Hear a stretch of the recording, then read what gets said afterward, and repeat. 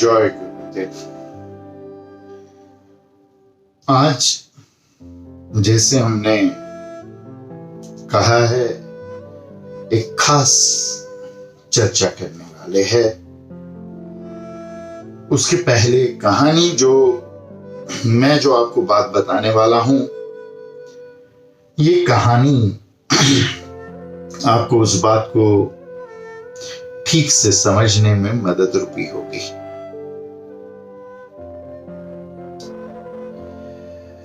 आज की कहानी जो है, ये ध्यानपूर्वक सुनिए। ये आपको अच्छा गुरु, अच्छा आचार्य बना ही देगी। और जितने अच्छे गुरु, जितने अच्छे आचार्य आपको मिले हैं मेरे साथ, ये उन सब की कहानी है। हर एक प्रांत में, हर एक प्रदेश में एक प्रथा है कि क्षत्रिय और राजकुल के लोग अपने बच्चों को बचपन से ही पशु बलि सिखाते हैं, कराते हैं। थोड़े जवान हो गए तो पशु बलि स्वयं के हाथ से करवाते हैं, उनके हाथ से। जब वो ये बलि इत्यादि करते हैं तो कहते हैं कि उनका भय और करुणा समाप्त होता है और वो युद्ध के लिए और क्षत्रिय धर्म निभाने के लिए परिपूर्ण होते हैं। आज तक बकरा ईद जो होती है, उसमें कहते हैं कि हर एक नर, हर एक मर्द को जब बड़ा हो जाए तो अपना एक बकरा बलि करना चाहिए। तो कहानी ऐसी है कि एक चीनी राजा थे और वो चाहते थे कि उनका बेटा सूरवीर बने। तो बचपन से ही अपने बेटे को ले जाते। सुबह सुबह पहला काम ये होता कि पशु बलि करते हुए देखते। बच्चे को थोड़ी बेचैनी हुई। बच्चे ने कहा, पापा, ये हम कैसे पिताजी रोज हिंसा देख सकते हैं सुबह सुबह, वो भी उठ के पहला। कहा, नहीं, खाने का शौक बहुत उत्तम होता है और हर राजा को पालना चाहिए। और ताजा मांस मिले, मटन मिले, उससे ज्यादा क्या अच्छा है। और एक राजा को किसी का भी भरोसा नहीं करना चाहिए।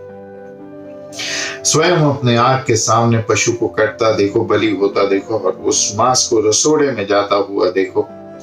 रसोई में जब वो मांस जाएगा तो आपको पूर्ण विश्वास होगा कि आज जो मैं खा रहा हूं वो ताजा है। इस बहाने से अपने बेटे को खड़ा कर देते। जो बलि देने वाला, काटने वाला जो कसाई था, वो भी अपने बेटे के साथ आता। वो अपने बेटे को सिखाता।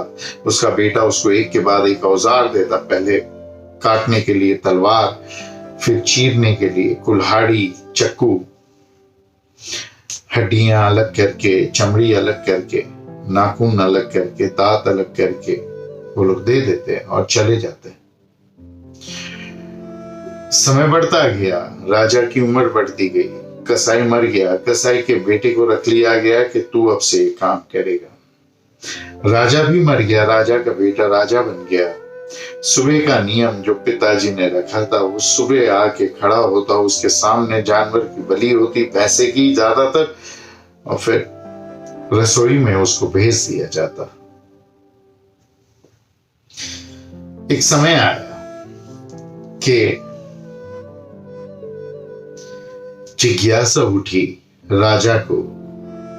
उसने उस समय के कसाई, मतलब कसाई के बेटे को पूछा कि कितने समय में धार लगाते हो तुम अपने औजारों को। एक बहुत ही अचरज उत्तर दिया कसाई के बेटे ने। कहा, कभी नहीं। राजा चौंक गया कि मैं मान नहीं सकता, तुम झूठ बोल रहे हो। कैसे तुम कभी नहीं करते? तुम्हारे पिताजी कभी कभी देते थे। बोला, वो भी कभी नहीं देते। बोला, मैं मान ही नहीं सकता। उसने कहा, राजन, जब हम काटते हैं तो इस प्रकार से काटते हैं कि औजार को धार भी लग जाए काटने के साथ साथ। और हर बार जब हम काटते हैं तब औजार हमारा और तेज और भारी हो जाता है, क्योंकि धार करने को चाहिए क्या? चमड़ा, पत्थर, कड़क वस्तु। हड्डी से कड़क वस्तु क्या होगी? चमड़ा तो पशु का है। हम तलवार, कुल्हाड़ी, चक्कू जब भी पशु पे चलाते हैं वो अपने आप धारी हो जाता है। राजा ने कहा, मैं मान ही नहीं सकता, तुम झूठ बोल रहे हो। उस कसाई ने बहुत सुंदर बात कही, कहा, राजा मेरे औजार आपके पास रख लीजिए। मैं मूर्ख नहीं हूं कि राजा से झूठ बोल के मृत्यु दंड का भागी बनूं। मेरे सारे औजार आप लिख लीजिए, मैं रोज आया करूंगा, रोज काटा करूंगा। मेरे पिताजी केवल आपके यहाँ सेवा देते थे, ये पिताजी के औजार है। मैंने अपना काम भी शुरू किया है, वहां पे मेरे औजार पड़े रहते हैं, मैं वो औजारों को इस्तेमाल कर लूंगा। आप ये औजार अपने पास सुरक्षित रखिए। राजा ने अपने कक्ष में औजार रख दिए, हुक्म जारी कर दिया कि इसको कोई छुएगा नहीं। रोज कसाई आता, रोज उस औजारों से बलि करता, जानवर को काटता, अंगों को काटता, उन्हें साफ करता। साफ करने के बाद राजा को सौंप देता। 1 महीना बीत गया। राजा ने देखा ये बात तो सच है कि ये औजारों को कभी धार लगाता ही नहीं। आज भी अगर हिंदुस्तान जैसे देश में आप देख लो, अगर धार लगाने वाला आ जाए आपके मकान के नीचे, आजकल तो आप चाकू इस्तेमाल करके फेंक देते हो, कैंची इस्तेमाल करके फेंक देते हो, लेकिन आज भी अगर किसी मकान के नीचे धार देने वाला आ जाए तो पुराने लोग कैंची, चाकू, औजार लेकर धार करवाने को चले जाते हैं। लाइन लगती है, नंबर आता नहीं। औरतें अपने बच्चों को खड़ा रख के जाती है कि मैं घर पे काम कर लेती हूं, तू खड़ा रहे। राजा चौंक गया और राजा ने जाना कि सचमुच ये संभव है कि इस प्रकार से औजार को चलाओ तो उसको धार देने की जरूरत नहीं है। हर एक आचार्य को, गुरु को ये समझने की जरूरत है। सबसे पहले जब आप पाठ्यक्रम लेने जाते हैं तो कर्मण मुद्रा करिए, सांस से बाहर निकल जाइए और अपने गुरु को भीतर भर लीजिए और गुरु बन के जाइए। और इस संकल्प के साथ जाइए कि आज इस कक्षा में, आज इस क्लास में जो सबसे अधिक ज्ञान प्राप्त करेगा वो हूं मैं। मेरे साथ जितने आचार्य जुड़े हैं, हम सब इसी मनोवृत्ति से हमारे कक्षा में जाते हैं और हमारी धार हमेशा तेज रहती है, हमारा ज्ञान हमेशा बढ़ता रहता है। कृपा करके आप भी इस प्रथा को चालू रखिए, क्योंकि आप आचार्य क्यों बनना चाहते हैं? पैसे के लिए पैसा तो आता ही है, पैसे की कभी चिंता करनी नहीं चाहिए। यश के लिए यश भी आता ही है, कभी चिंता नहीं करनी चाहिए। ज्यादातर लोग दूसरों की मदद करने के लिए और स्वयं ज्यादा जानने के लिए, स्वयं ज्यादा सीखने के लिए आचार्य बनना चाहते हैं, गुरु बनना चाहते हैं। और